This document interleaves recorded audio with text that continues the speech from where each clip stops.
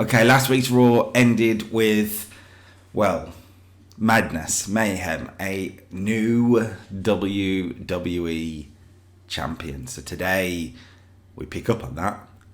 Oh, we pick up on that. Everywhere I go, there's nowhere I belong. And anyone should tell me where will I find? 'Cause everywhere I go, I'm always on my own. Can anyone just catch me before I drown? Can anybody make me feel like I'm not the stranger tonight?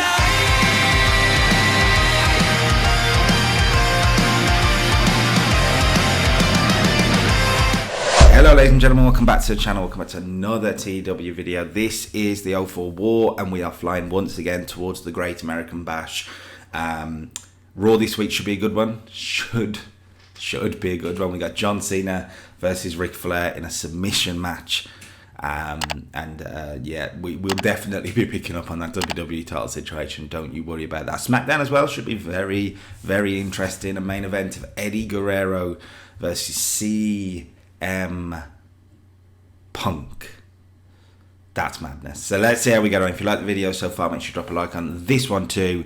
Subscribe to the channel so you don't miss a thing, and we'll get on Monday night, and a very, very irate former WWE champion. My voice went then. Brilliant. Let's go. Okay, Raw this time. We are in the Tacoma Dome, and Bryan Danielson opened the pre-show with a win over Nunzio with a 56, 57 for Danielson, 44 for Nunzio. Again, Danielson putting in the performances against these lower card heels. I tell you what, you put Danielson against I don't know, an Orton, a Flair, he can hang right now. It's kind of the reason why I went. Obviously, Punk was a bit lower, but there's a reason why I put Punk in those prominent spots. So they're coming in with good scores that can do well. But I feel sorry for Ninja though, just because he only lost to a Dragon Suplex. That's like a little bit harsh, but yeah, I mean, great pick that. So it's interesting to see what plans you have. There's a plan behind Danielson right now. Let me tell you now, he's going to have an interesting SummerSlam. I think 56 though, good stuff. Nice. Let's go to the second pre-show match where we see High Risk get a win over Kyo Dai. Again, a 56, solid pre-show match. High Risk are a team that's starting to come together a bit, particularly Paul London. Like Paul London putting in a 65. There's a reason that I looked at High Risk and went, no, you know what? We've got enough tag teams. These guys will help the Cruiserweight division. Paul London in particular. We're in the middle of the Gold Rush tournament. I'll be honest, I haven't entirely confirmed who I want to win it yet. I have a couple of options. Paul London is one of them. He could be the winner. Wouldn't be a good choice, that one, especially if he's getting good scores like that. I mean, but yeah, that's what I love about the Gold Rush tournament thing. It's like it's Gold Rush, yeah. It's I love the way you haven't decided yet. So that means you get so many good options to go for. There are a few. There are a few. And I mean, luckily for Paul London and these other options, Bryan Danielson is not part of it because I feel like that would have been easy. So glad I didn't do that. As always with Bryan Danielson storylines, he has to work for it.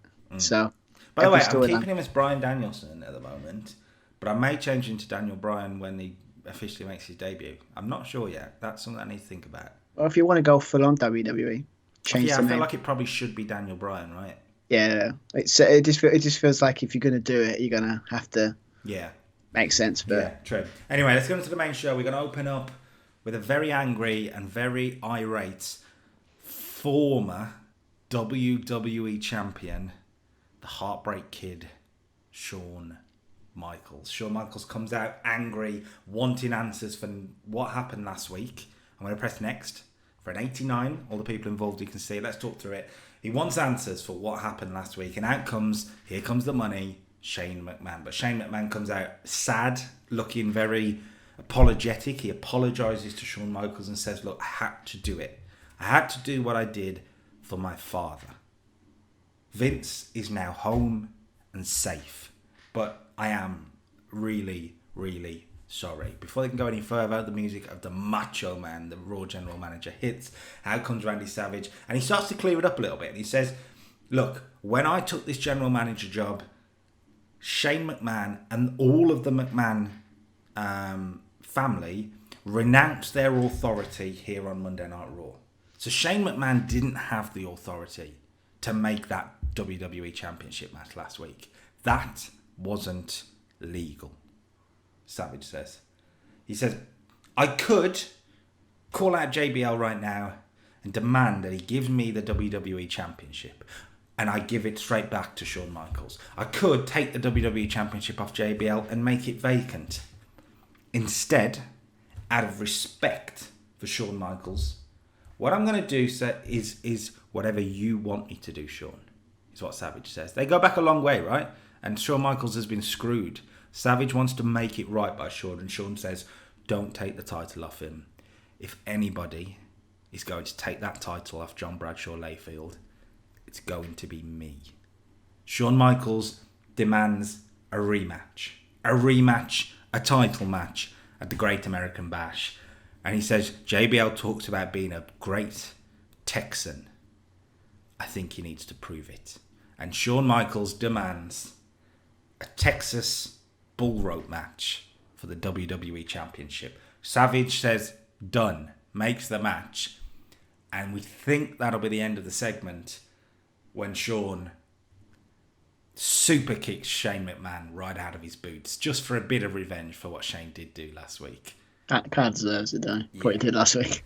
So after the big what the hell happened last week, we kind of just bring it all back down to earth. Let's explain it all. Let's explain why it happened, why it shouldn't have happened, and let's build now towards the title match, basically.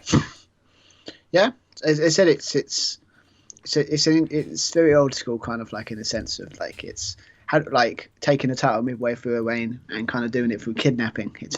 It's very out there, but I like it. It's for me here. Like I wanted Randy Savage to come across as different than other general managers. Most general managers, most WWE storylines right now would have gone, okay, the title's vacant. Well, I mean, to be fair, yes, true. To be fair, you have the old joke saying the most successful champion of all is vacant. Yeah, I like the idea that Savage is like, no, you know what? I feel your pain, Shawn Michaels. I can understand what you're going through because I used to be a challenger for the world title type thing.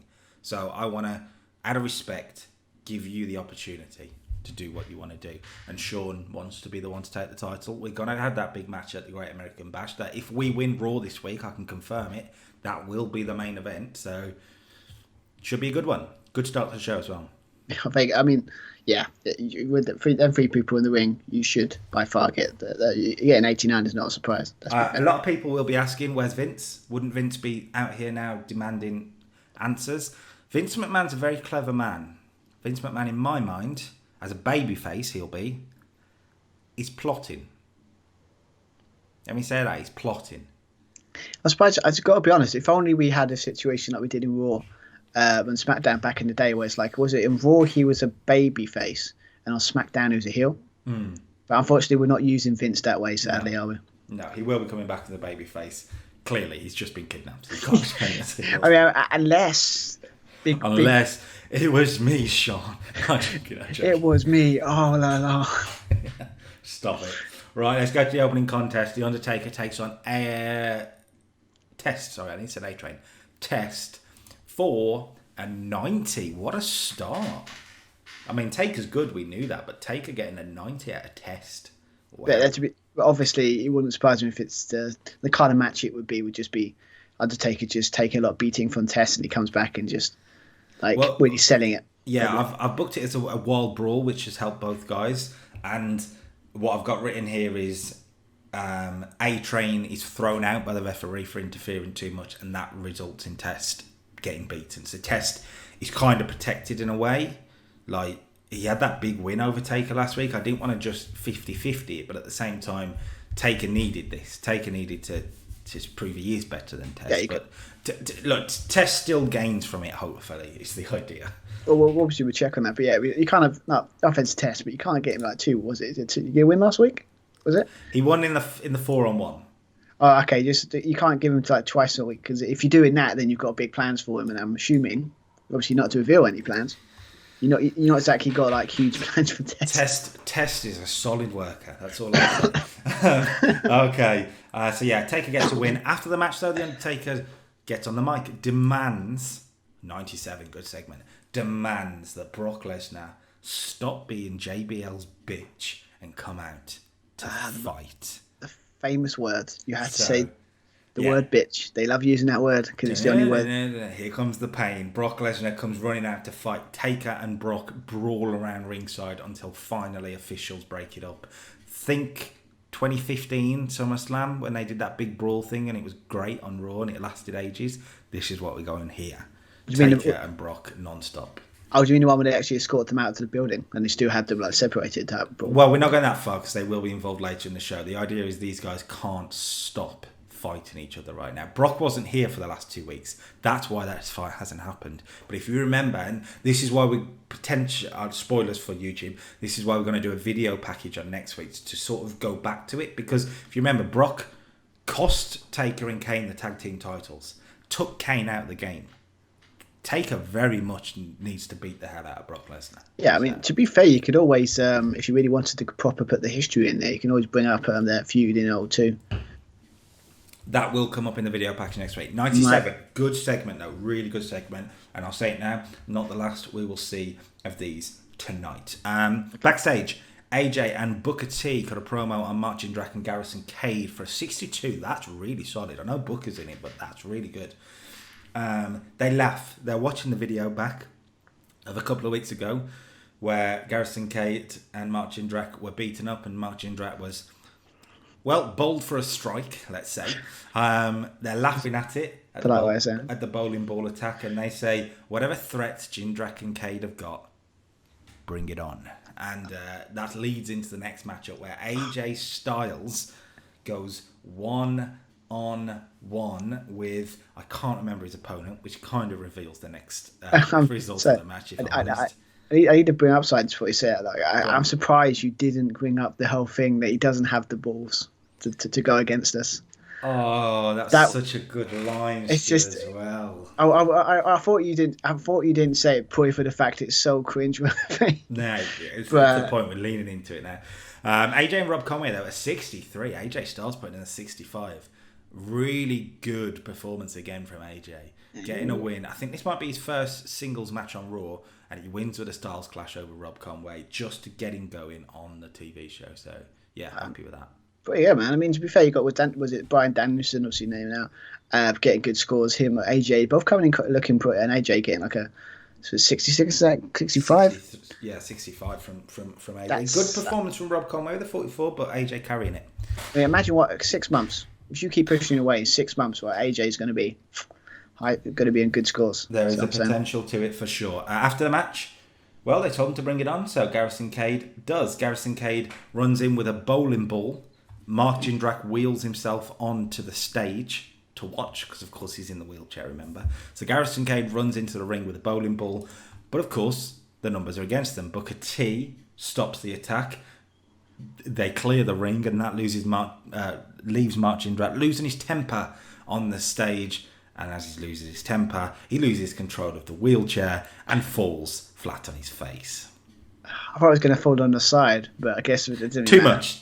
That the idea is he's sort of shaking it so much in anger that it just tips, and he tips over, and he's like a turtle on his back that he can't get back up.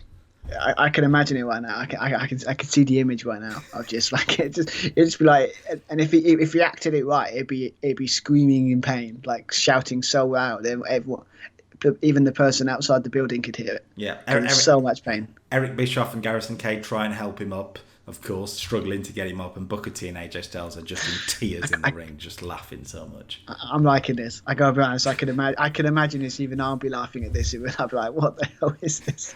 I've gone balls to the wall now. Sorry, Mark. Yes, there you go. Go for the cheesy jokes. There we go. Backstage, let's go to the Nature Boy, Ric Flair, cutting a promo on John Cena for an 88. He says, what have I got written? He says he questions whether people respect Ric Flair anymore. After what Ric Flair has done, everyone should. But last week, John Cena showed disrespect. He says tonight he will earn John Cena's respect one way or another. 88. If I was John Cena, I'd be very concerned with that promo. What has he got planned? Well, we'll see where it leads into. I don't reveal too much. Chavo Guerrero backstage cutting a promo on Shawn Michaels. Of course, last week Shawn beat Chavo in a champion versus champion match. Not title versus title. Stop it. He says last week was a fluke. I wasn't 100%, but I didn't want to let the fans down. I didn't want to let the cruiserweight division down. So as far as anyone's concerned, a 100% Chavo Guerrero beats a 100% Shawn Michaels every day of the week. But that's okay, because that's last week. I'm looking towards the future, and I'm looking towards whoever is going to win the Cruiserweight Gold Rush tournament, because they are going to steal the show. But they're going to lose. But they're going to steal the show with me. So they're going to lose, though, aren't they? So yeah, that's it. 73. Sorry, I just love the way he's sitting there trying to pick up the cruiserweight division, but at the same time, basically saying that without him, then nothing. It's like, oh, they're going to steal the show, but I'm still going to win. So it doesn't really matter. That sentence right there you just said is Chavo Guerrero's character profile. In a nutshell, yeah. Yeah. Okay, backstage, Randy Savage is off. Savage says he's had enough of the fights. He's had enough of the drama. He's making it official. Great American Bash, Brock Lesnar versus The Undertaker is booked, confirmed, done. So, yeah, we needed to make it official, so we've made it official there. I mean, at least you're not going to do, like, I'm assuming you're not going to make it official, eh? No, we're not doing contract signing. What we are doing now, though, we're going to go to break and come back from break to an impromptu title celebration. Ladies and gentlemen, get on your feet. Get your hands together for a round of applause and get cheering for the wrestling god himself. Your new WWE champion, John Bradshaw Layfield. JBL comes out, waving the hat around, celebrating in the ring. He's about to speak on the mic when Shawn Michaels' music's hit, and Shawn Michaels comes running down to the ring for a fight. Now, JBL's got Brock Lesnar with him, remember? And Orlando Jordan, but Orlando Jordan kind of also doesn't matter, so I forgot about him. But still, Brock Lesnar's with him. So Shawn Michaels is outnumbered, right? Gong. Undertaker's here to try and even the odds. I told you they weren't done with each other.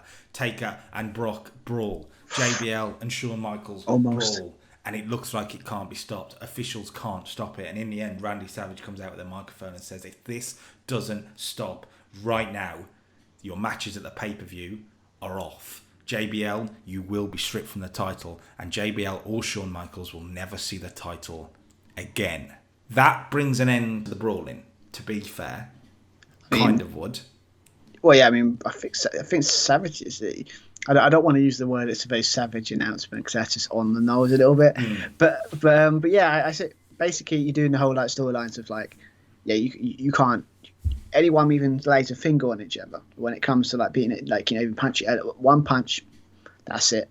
Well, kind of, because this is what he says. He says, I get it. You guys don't want to wait for the Great American Bash, and I'm not going to ask you to. Next week, right here on Monday Night Raw, it'll be JBL and Brock Lesnar against Shawn Michaels and The Undertaker. So they're going to do the tag match. They get their hands on each other before the pay-per-view. There's no physicality before that. He just wants the madness to stop. I mean, to be fair, it's when normally when they say madness, I get it, but I like that. But so we've got that's a huge main event. Huge main event. What a segment, by the way. 99. Wow. I mean, if you wanted to be a perfectionist, you can sit and say, "Who is that person that put it down for 1 point?" Point. Let's play it. Let's have a look. The segment deserved better colour commentary. For fuck's sake, Taz. Oh, it's not the air of Byron Saxton in it. No, it's Taz. It's Taz. God damn it, Taz. You wanted Taz. You specifically chose him when we done the draft. So it's your own fault. I'm just saying. Let's go to the break. Come back from break, and it's time for an in-ring contest. It's Batista versus Finley. Could be a brawler. It's not a brawler because we did Taker, but this could be interesting. Batista and Finley gets an 82. Considering Batista's working through a neck injury, that's very good. I mean, for 59 over Finley. I mean, would that be? I don't know. Possibly. Didn't you do this match earlier on in the save? Can't remember. I'm sure you did something where you Finley. You put him against someone. I think we did Finley against Brock. Oh, okay, that might be the one. Okay, fair enough. Just because I remember we did something similar to this. It would have been me. I mean, you did something very similar to this, and I'm sure it didn't work out. But this has finally worked out. I mean, yeah. Batista's carrying people now, which is nice. And Batista wins with a Batista bomb in singles competition. He's unbeaten in in the safe so far. There's a reason for that. Batista getting a clean win over Finley, but it's post-match where we get interesting because in the ring comes an irate, furious William Regal going face-to-face with Batista. And Batista... It's an 80. Batista leaves it for another day. Batista goes, nah, no thank you, and walks away. Now, this isn't cowardly Batista. This is, hang on a minute, this guy with muscles is starting to show some brains. That's the idea here. Just had a match as well. I mean, if you're smart, you'd be like, yeah, I'm getting out of it. So I like that. It may lead to something next. I mean, that's not downplayed at 88. Wow. I mean, Batista and Regal as well. That's mad. I mean, all I'm saying is, I mean, obviously, I've got a good show planned, but it's looking I've not had good a for hell of a me. show so far, and Not looking good for me. yeah, That's what I'm saying. and we've got the main event to come. So let's see what Cena and Flair can do. Speaking of, John Cena cuts a promo on Randy Orton. Sorry, forgot about this. Oops. No, I just haven't booked the Cena promo. That's why. I didn't have enough time. I cut something and it must have been that. Anyway, moving on. The Knockout Artists cut a promo saying they want TNA next week. They're fed up of these fake-ass tough boys wanting the tag titles and having their names in their mouths. So next week, it'll be the Knockout Artists versus TNA. Heel versus heel. I'm trying something. Next week. I think the funny thing is, it can be done sometimes. I mean, to be fair, I'm doing a face versus face match, so why not give it a try, see what happens? Yeah, face versus face works better than heel versus heel, but I know what you mean. Fair enough. Also, in a different part backstage, William Regal demands the microphone, demands the interview, and says, Batista, you need to accept my challenge next week. Regal's going to make the match. Well, he's not a GM yet, so he can't make the match, but you get my point. Regal wants Batista next week. And Not a GM yet? Is that a spoiler you just gave away? No, it's not. But yeah, Regal Batista next week should be interesting. Yeah, I mean, to be fair, I mean, Regal's been good in this show so far, hasn't he? And if he's anything like his partner Finley, should be able to put on a Vega match. We've had a good show so far. We've had some really good segments. Good opener with Taker and Test. Let's see what the main event can do then. It's Cena and Flair in a submission match. I did a submission match with Cena and Flair in a 2007 database on the old game, on the 2013 game, or 2016 game, and I remember it not doing very well. I'm trying it on this one with these guys. I think it'll do well. Cena and Flair in the main event gets an 87. Sounds around about right. It's done good. It's done good, this. Because, I mean, Flair, all right, Flair's at the level you expect him to be at. It's Cena. Cena's a 78 popularity and he's popped out an 84. He's took his big chance tonight, John Cena. I mean, that's not downplay. Obviously, the score great. The scores from people are great, but you got not downplay the booking you've done. I don't know if that's the game's done it or the way you've booked it. But if it is if you've done it the way the game's done it, he's just made the master of like the figure four deadlock tap. Yeah, John Cena makes Ric Flair tap out with the STF. Just let that sink in. Ric Flair's. I don't think has he ever tapped in his career. Don't know, but he has tonight. He definitely has. Ric Flair's definitely tapped in his career. He's been a cowardly heel so many times, I guarantee you he's tapped. But yeah, the idea here is Cena beats a 17-time world champion. What can he do against Randy Orton at the Great American Bash? There's so many layers in that finish. There's so many layers you've just done with the idea that John Cena's been Ric Flair. 17-time world champion. So many layers. But yeah, so yeah, good. So one more is it one more thing, or is that you just ending it with that bombshell win? There is one more segment. So look, Flair's lost, but has he bought Cena's respect? He has. John Cena offers a handshake to Ric Flair, and Ric Flair shakes John Cena's hand. Wow, I thought it was gonna. I'm not finished. Ric Flair shakes John Cena's hand, and it looks like these guys have made up, or at least respect each other, when Ric Flair nails John Cena with a low blow. I should have known that. How did I not know that? How did he not know that? It's the dirtiest player in the game, isn't it? And that leads to Randy Orton hitting the RKO out of nowhere. And John Cena is laid out in the middle of the ring. Randy Orton poses with the Intercontinental Championship high and his foot on John Cena's chest to end the show. Ultimate sign of disrespect. I like 93. Good show. What a show. I don't know. This could be an all-time show, to be honest. I think, no, I'm going 96. I think it can get a 96. It's got a lot of good. If it could get like mid-90s, I think.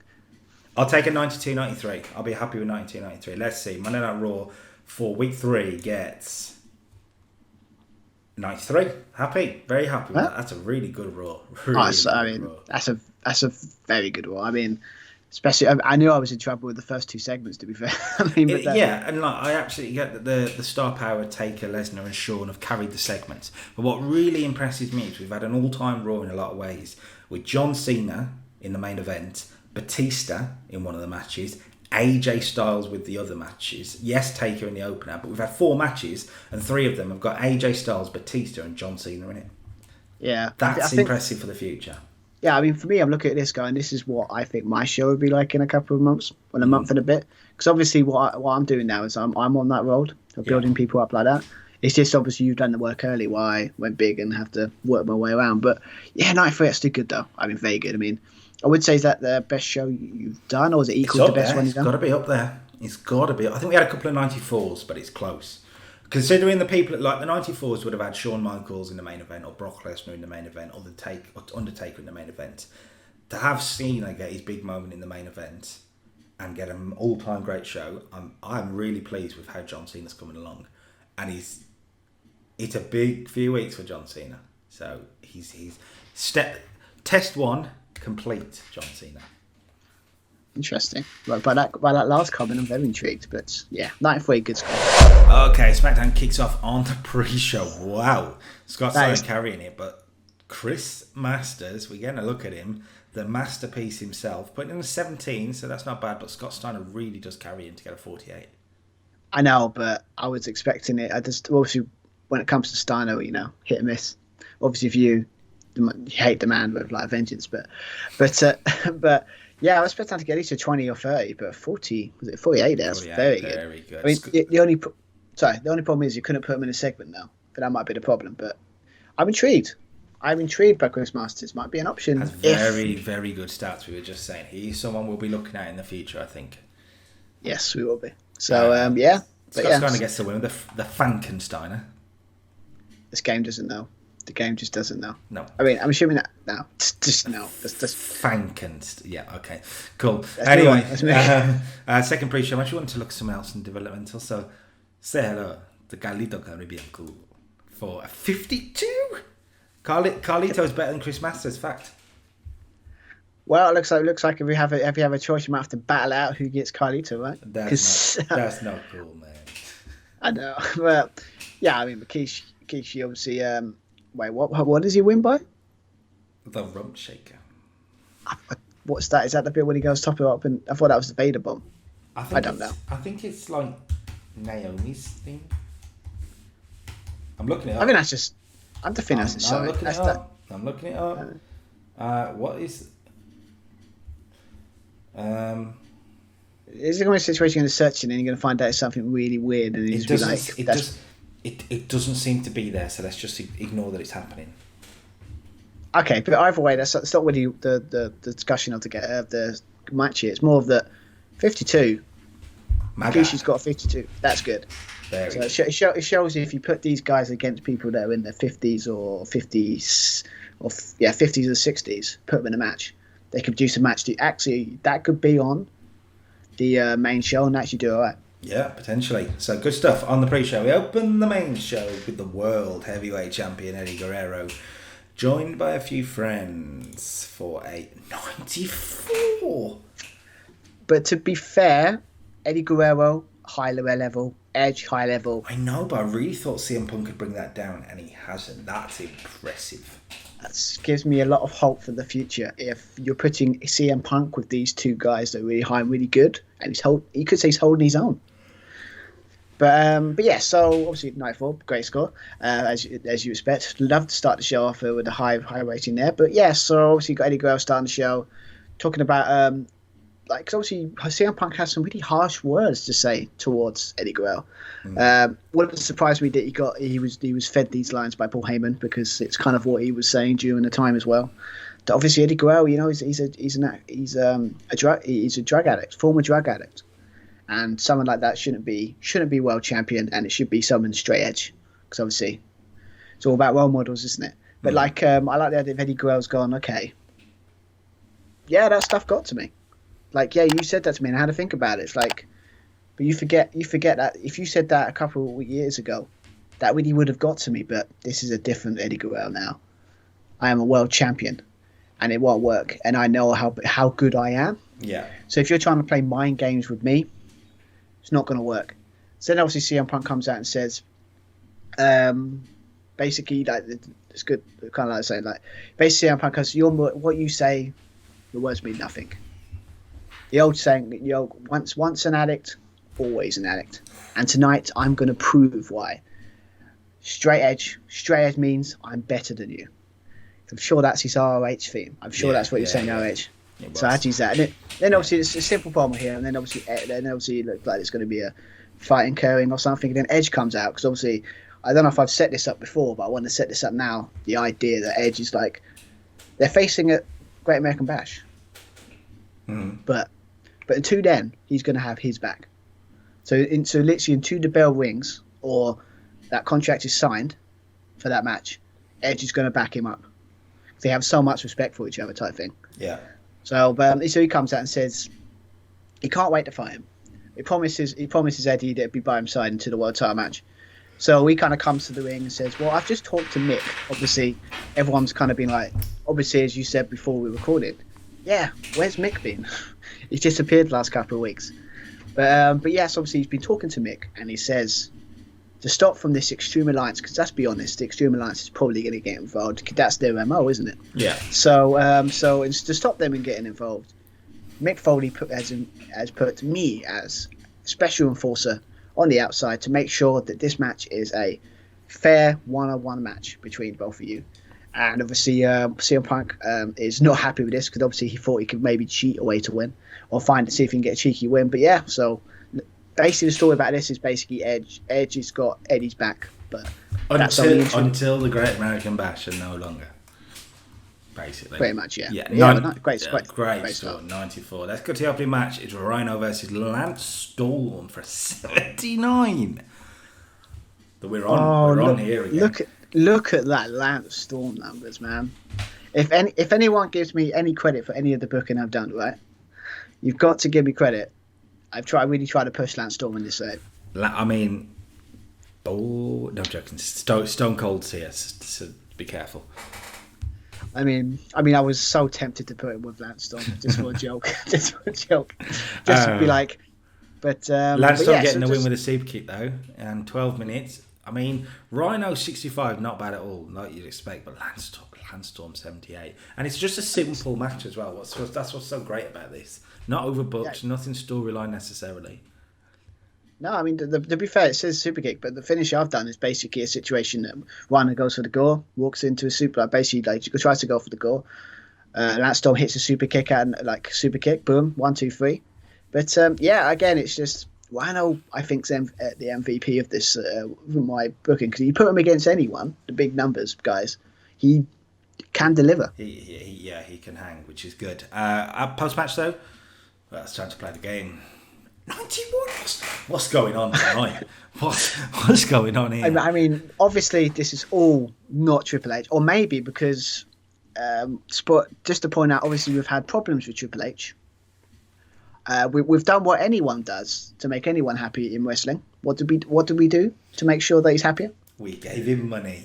And he's a very happy man. So ironically, now he's got more money, he seems to be wanting to put more effort in. So to get a 91 here.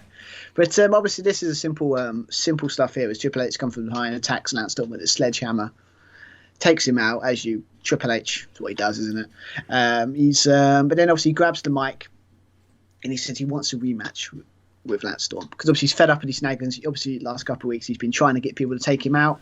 Obviously, little tinker here is he did ask Rhino to try and take him out as well.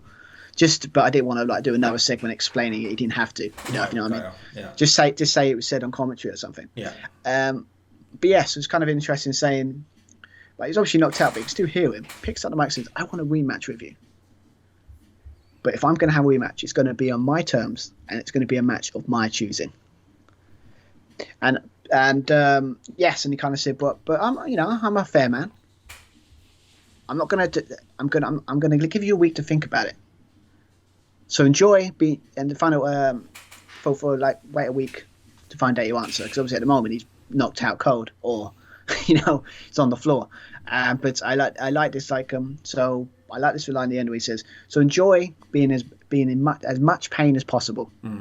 Let me know next week about the answer. So obviously from that you would think Stone will be mad to accept Triple H challenge. He picks the match, he picks all the stipulations, but obviously he might. We'll find out next week. But yeah, 91, loving that. Very good. Backstage, Lita and Jacqueline. That's very good actually. Waiting words for 58. For very good.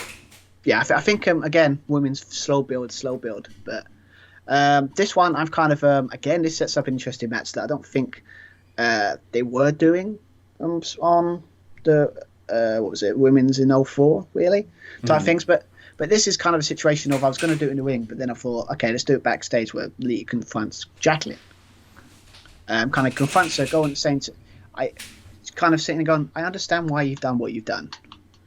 You want to prove that you're better than everyone here because you believe she is, like Jacqueline believes she is. What about, as we all know, and if it's not about what you say, it's what you show. It's all about proving. If you want to show you're the best, you have to prove it in the ring. So she has an offer for her, sitting there going, okay, what about next week? You face me in a 2 out of 3 falls match. So you can face me, and you can finally. So you've got all this time in this match to prove that you are the best woman here, and better than me. And obviously Jacqueline kind of smiles and goes, I like this idea, and she accepts the challenge. So kind of a very strange match that kind of hits about out of nowhere, but when I thought about it sounds really cool, is that we're going to have Alita versus Jacqueline next week on the Go Home show in a 2 out of 3 falls match. Why not? Be good. Chris Jericho is backstage cutting a promo on Christian, and Triple H went boogada. Spooky shit happens. Okay. Yes, but not in as spooky as that. Very nicely. The funny thing is, all I was thinking about when they're doing that, I was thinking that old was it Wayne's World thing with the I had Crash Bandicoot in my head. I was thinking Wayne's World. I know it's strange, isn't it? But anyway, so basically simple promo backstage, which Chris Jericho's going to talk about how you can't wait to face Christian in 2 weeks, and Triple H's threats, obviously what he said last week, means nothing to him.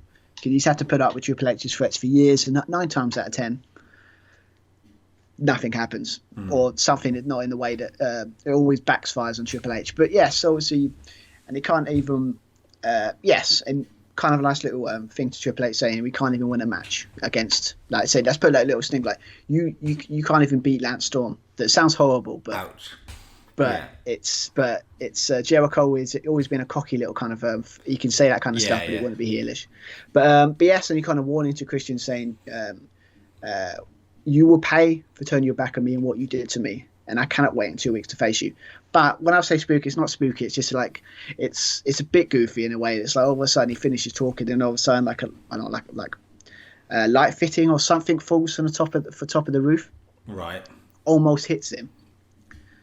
And obviously to make it sound like, oh my god, that was close. Like could be like someone almost tried to take him out, because obviously hit him, he would have took him out.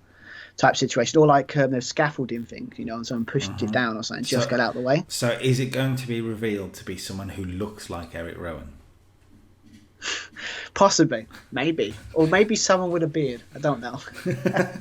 Right. But yes, I don't know. The funny thing is, it could be obvious where this is going, but then it might not be who you think it is. It may do. We don't know. That's what I love about these stories sometimes. But yeah, so.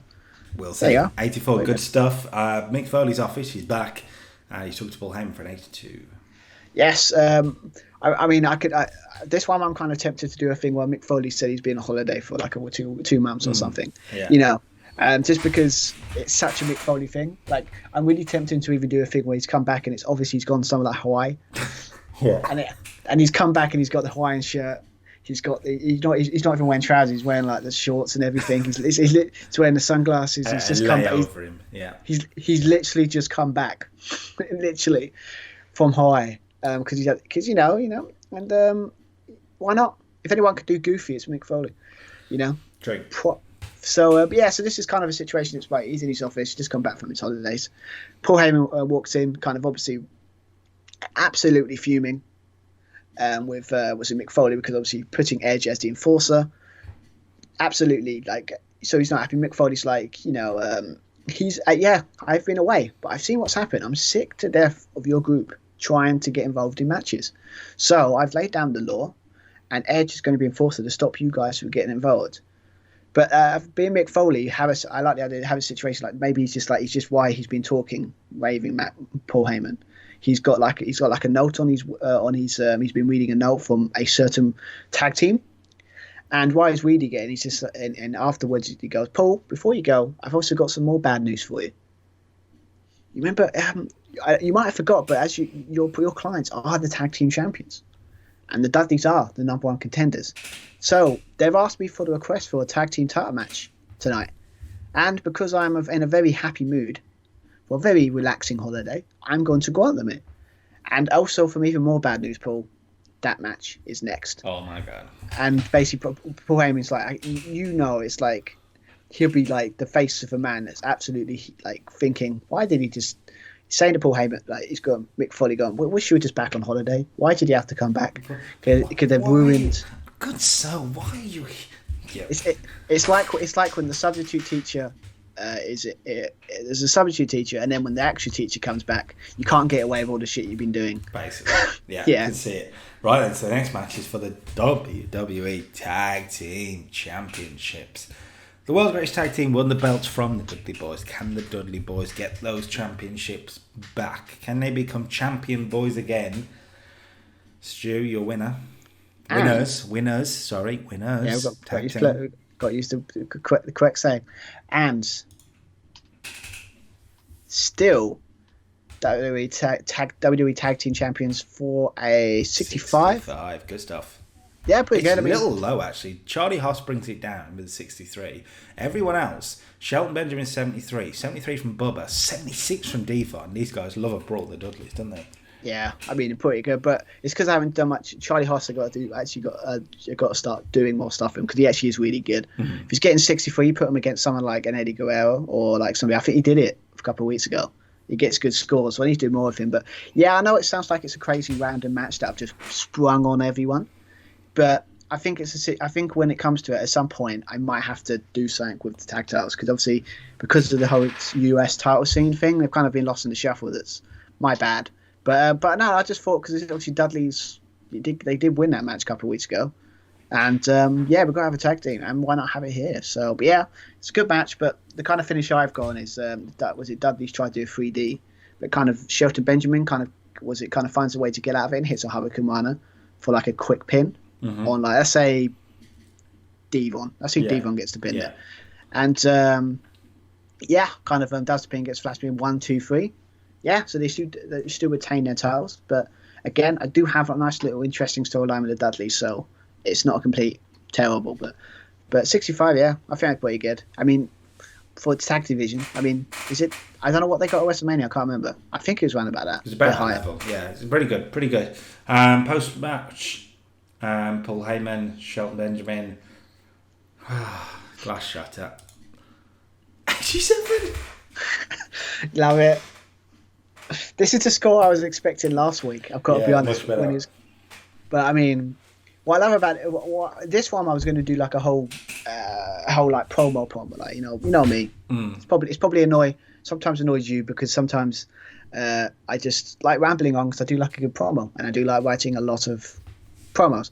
But with this one, I kind of thought it'd be funny if it's a situation got Paul Heyman comes out, grabs the mic after they've got their victory, sitting there saying how, like, a simple promo saying how dare Stone Cold get involved in our business. Then obviously, simple as that, and then Stone Cold and RVD come out. They don't say anything. And Stone Cold just comes into the ring, stunners Paul Heyman. Literally, no, you respect Stone Cold and RVD to say something. No, comes in, stunners, Paul Heyman. We all know. I would love to see, can he do a better stunner reaction than Vince? I hope he can, because no one can do bad. No one can. Surely Paul Heyman's been stunned before. I'm sure. I mean, that's the thing we have to. Yeah, he has. Yeah. I think that's going to be watching YouTube after this stream, but after this recording. Anyway, so obviously stunners. Paul Heyman. Obviously, you got Shelton Benjamin. Kind of like, what have you done? And he gets the mic and says, just likes to announce his new manager in Stone Cold Steve Austin, and he kind of puts up and from the advice of my manager. Stone Cold says nothing, by the way.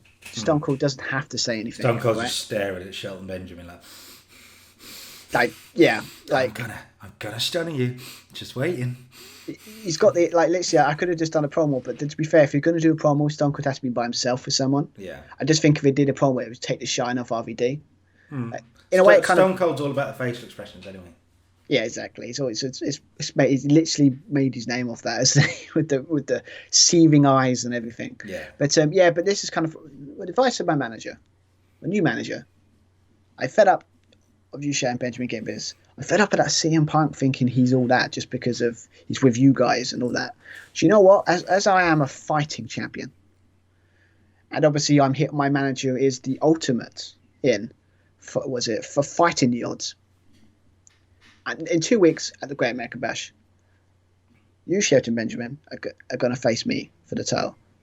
But it's also going to be, again, it's going to be me, you, Shelton Benjamin, and CM Punk in a triple threat match for my US title. And then I just to put a little bit of fun in there, and then Shelton Benjamin's like really happy with that, and then boom, Stone Cold stunners him as well. And then we had the segment with I don't think I've done. Yeah, we just do a segment with him drinking the beer and stuff. I like the idea that RVD says it, then just sort of drops the mic, turns to Stone Cold, and just sort of nods his head like he's letting a dog off a leash, and then Austin's like, "Yeah, stunner." I mean, I gotta be honest. Let's be honest. That's what we want from Austin. I mean, if I'm gonna do a promo, I think for me it's because of timing of writing these. I didn't want to just do like a half-assed promo by Steve Austin. If I'm going to do one, it has to be maybe at one point we'll do one with at some point maybe with if ever going to do it would be like Stone Cold and Paul Heyman in the same way. Oh, you've got to do an Austin and CM Punk promo, well. It's got to be done right. It could be. We might even put Austin in a match, maybe. May not. We don't. I'm not revealing anything there. But yeah, just at the moment, I just don't think if Austin came back, you don't have to say anything. After the time, his greatest moments of him just basically turning up, stunning with everyone and what. And yeah, so yeah, but 87, loving that. That's what it should have got last week. Yeah, that's what I was hoping to get last week. Very, very good segment. Backstage, Gail Kim was talking about Molly Holly for a 58. Very good there. That's very good. That's good show so far. Yeah, for women now, definitely slowly but surely getting better and better. That's exactly what I want. But yes, obviously this one, obviously Molly Holly's kind of there. Obviously, but we didn't put it off screen, but it doesn't really matter. But obviously, I like that Molly Holly comes in, talks to Gail Kim to kind of doing that thing where it's like, because obviously obviously they've got a match that's next. Spoiler, sorry, I have got a match next. So she's trying to play mind games, sitting there saying, like, just instead of being furious with Gail Kim, she's trying to be mind games. Yeah, really proud of you. We all know that it just shows that tough love works. Because obviously, I wasn't doing it because I hated you. I wasn't doing all these horrible things to you because I hated you. I did it because I knew it would make you stronger. I knew you would make. So you could say that the reason you're getting all the success at the moment is because of me. And obviously, typical heel kind of leader of a group type thing. You wouldn't be where you are without me. But in such a patronising, condescending way that I think Molly Holly could do. And then Gail Kim just goes, kind of like, in a way, just because I like the idea that Gail Kim goes, yeah, I kind of agree. Yeah, you gave me the opportunity to shine, but you did give me opportunity, but I don't need you anymore. And tonight, I'm going to prove I don't need you anymore by beating you. Molly Holly's not happy with this and kind of sets up their match next very nicely. Will Gail Kim prove it by beating her? Yes, she will. 61, good match. Very good match. Yes, I mean, what was it? You said that Molly Holly's off a game, but to 61, that's very good. Was it Gail Kim's 48? Stu got a lot of work to do because obviously he's only been a face for like a couple of weeks now. So I think I've got a lot of work to do before, if I ever want to put her in a big, maybe a higher standard feud, because this is a big feud, but it's like, at some point, hopefully, if I put them against Trish in the future, if this happens, of course, I want it to hopefully should be higher level. But 48, I mean, very good, very happy with that. Very, very good. Gal King gets the win, countering, and Molly Holly finisher into her own finish is what you've got written there, so that's good. 61. Post match though, I mean, you mentioned that Trish is going to have a state of the women's division, like decree or address. Yeah, sorry, yeah. She's going to have it now, kind of, technically. 69 for the whole segment. Talk us through it. Yeah. So obviously I was going to do a separate one, but then I thought, okay, so what I'm going to do is basically it's a situation of after match you expect. Obviously, Jazz, Stu with Molly Holly. Attacks Kim from behind. It's like, as you expect, 2-on-1 beat down. Then obviously Victoria comes out because obviously Stu kind of his feud is over, but she kind of has Victoria, obviously not in here, but Victoria's in it gone. She has a kind of responsibility, or feels like she has responsibility to Gail Kim. Because obviously I love that. I'm doing the wrestling chop where someone kidnaps someone, but they don't mention it at all afterwards, like at all. I think. But yeah, with this one, we're kind of like they're all fighting and brawling, and obviously that kind of stuff. But then kind of Trish comes out. Everyone's kind of shocked, like, okay, why is Trish here? I know she had an address later on, but why is she out now? Type of situation. And basically, she grabs the mic and says, I've had enough. I've had enough of everyone in this division attacking themselves from behind, backstage brawls, all kinds of stuff. I'm fed up of it. This division's got to be more than this. It's got to be better than this. And obviously, as the head of this division, as your champion, it's my way. I've got to set an example. I've got to show you how it's supposed to be done. Type situation. So she has a proposal for them in the ring. It feels like a strange thing for a champion to do, as with obviously a certain other champion has done it as well. But I think I like champions this way anyway. Trish comes out. She talks about, like, I've had enough of this. I need to lead by example. So next week, I said everyone in the ring, but sorry, Jazz, you're not in this match. It sounds horrible, but it's just like horrible to say. Everyone in that. You two? No, because I remember saying it because it sounded cooler, but then when I thought, I've got Jazz in it. Oh, yeah, she's not in the match today. Doesn't matter. Anyway, but when is she in the match? I can't remember my own match. Doesn't matter. I'm going to say what I'm going to say. But, it's going to be a multi-woman match next week for the title. That's where you're heading. Yes, basically. Yeah, it's going to face each other, and I'm going to show. And we're going to next week. We're going to show people why women's wrestling is the best type of wrestling, and then she holds the title up high. So basically, Trish. Whole thing is basically Trish is going to. She wants to lead by example. She wants to prove that the women's division is as good. It's very good. So she wants to prove it as she should in the ring. So Trish is Chavo 2.0. Fair enough. Works, doesn't it? Yeah, it does. 69, pretty good. Let's go to Edge and Eddie Guerrero backstage for an 85. We are. I tell you what, the Tacoma Dome's seen some good wrestling this past week. They have. I mean, gotta be honest, seeing some of these scores, I'm kind of hoping that we get to at least close enough to your score. But with these, some of these segments are hitting where even better than I was expecting. But anyway, this one is kind of a situation where you just got Eddie kind of thanking him for the backup like earlier on in the show. Liking this idea, like, basically, Eddie Guerrero is like, he gets, because he's had it before, he kind of knows, like, he says to Edge, like, appreciate you helping me out tonight, but don't have any ideas. Don't, try and tap me from behind or anything like that. And obviously Edge is like, I won't do that. I'm a man of my word. Just let that sink in.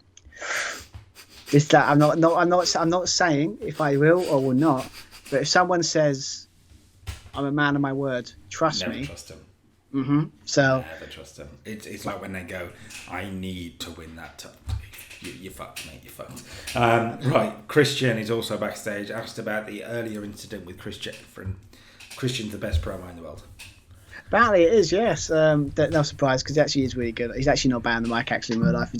I think people don't rate him as much as obviously maybe like his partner, his former brother, if you want to go back that far. Yeah. Or his current rival, Chris Jericho. Yeah, but, well, you know, I mean, I suppose at some point, if I keep got maybe there might be a promo about it, we don't know. But anyways, it's not what we're talking about here.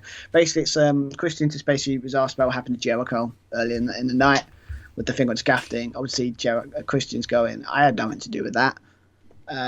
He doesn't need to do that because he's going to take him out in 2 weeks, or he would do it face to face. You know, if you're right.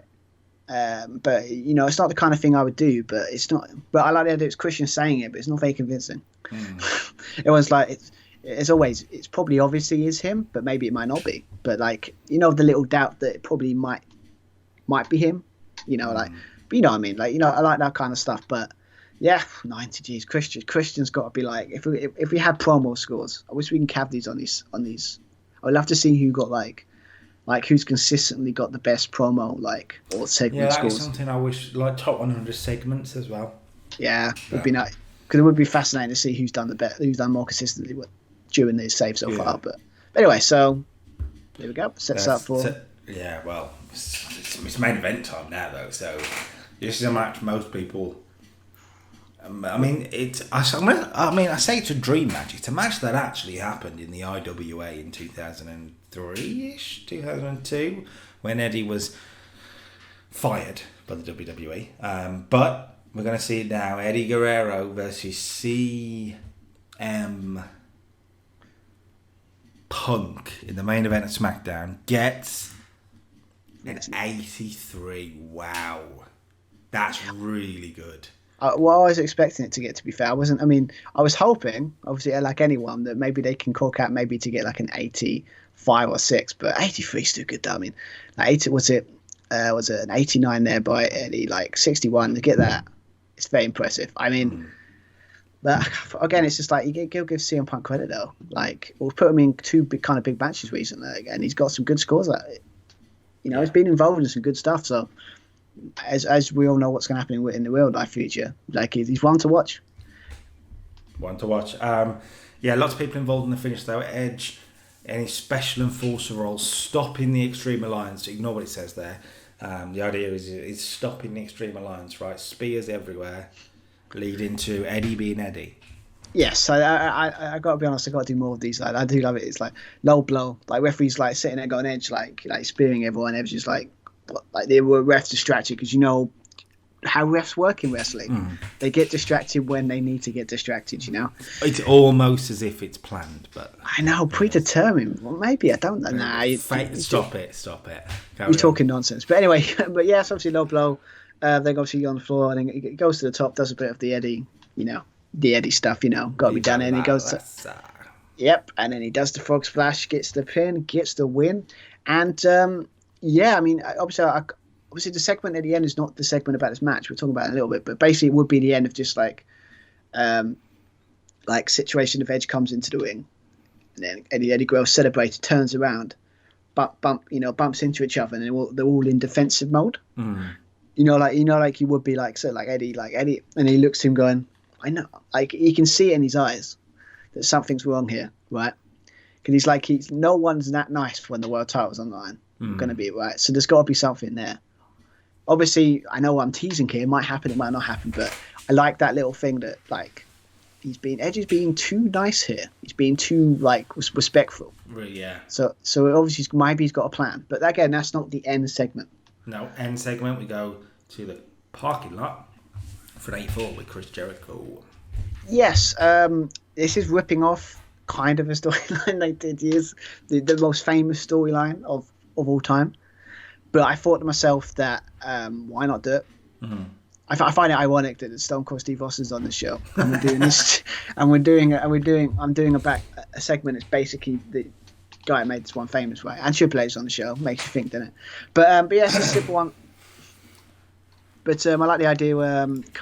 We cut to backstage. Jericho just going out. He's got his bag. He's outside. He's in the parking lot. He's trying to get in his car. Pack it up as you do. And yes, and obviously they know where. Like I do it proper dramatise it. I do the thing where it's like the sun puts the car lights on. Like the things you do in the movies. Like the car lights on. You go, you see it, and it's all of a sudden like, turns around and then boom, the car comes along. And obviously, but he doesn't get hit. That's the point. He doesn't get hit. He almost gets hit. Right. So it's a situation of like, and then the car drives off and speeding. But it's like Chris Jericho's like, just like literally almost gets hit. Let's say like people at the back like come out and sit and go, "Are you okay?" Because obviously you just got dented a little bit, but you didn't get hit. And obviously we check with Jericho, and obviously but the question is that the whole segment is who's trying to get Jericho. It could be obvious who it is. Who done it? Everyone loves a who done it. Well, and it ends. Yeah, you know what? You've had a really good show.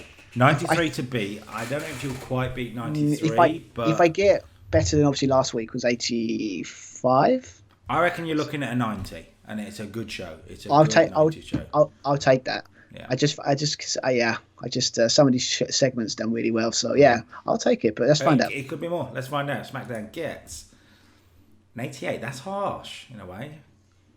Well, I mean, I don't know actually.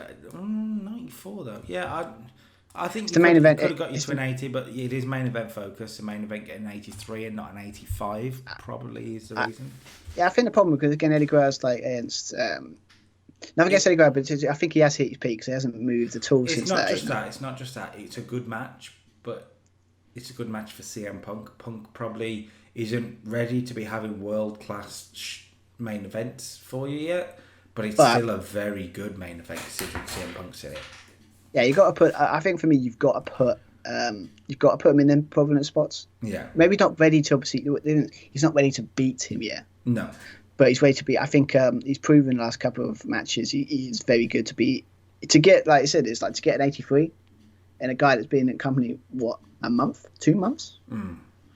It would be well. I think would be really good. When I got that, I wasn't expecting that kind of thing. 83 is probably what I was expecting. I was hoping maybe Eddie Good could probably edge out for an 85 maybe. But yeah, I'm happy with that. I mean, some of the stuff. I mean, Stone Cold Steve Austin stuff. 94s, the 87s, like they're still a good show. I think at the moment, I just think so your main event finishes are just a little bit better than mine at the moment, but that's fine. That's all right. Yeah, well, that means Raw does get the main event for the Great American Bash. It is 3-0. I tell you what, I need to avenge that first month and get a 4-0 thrashing because I need it now. I need it. And I'm confident because Raw main event, Shawn Michaels and Undertaker against Brock Lesnar and JBL. So bring on Monday night. Well, all I'm saying to that is I've got an interest in SmackDown next week as well, but not spoiled a thing. But yes, I'm still happy now. Yeah. We didn't win. I haven't won the month, but I'm liking what I'm like the stories of the shows. So the scores aren't as great, but I'm 80. I'm still happy with that. So, but yeah, congrats, man. Congrats. Okay then, good week. I mean, Raw was the best show we've done in the Save so far for the record. That was an amazing show. Great angles. Really good main event. So happy. Well, it wasn't quite the best, I don't think. It was just a really good show. I'm really, really pleased with it. SmackDown was good too, but Raw is dominant right now. Raw is dominant. And, hopefully that is good for the main event. I'm looking for a 4-0 next episode. A 4-0. I don't know if we'll do it. I don't know if we'll do it. Just to let you guys know, there won't be an episode on Wednesday. There will be an AEW on Friday, but then just this today. So yeah, hang on for next week and we'll see what we can do. If you like the video, drop a like on it. Until next time, AEW on Friday, Battle of the Belts. Good one.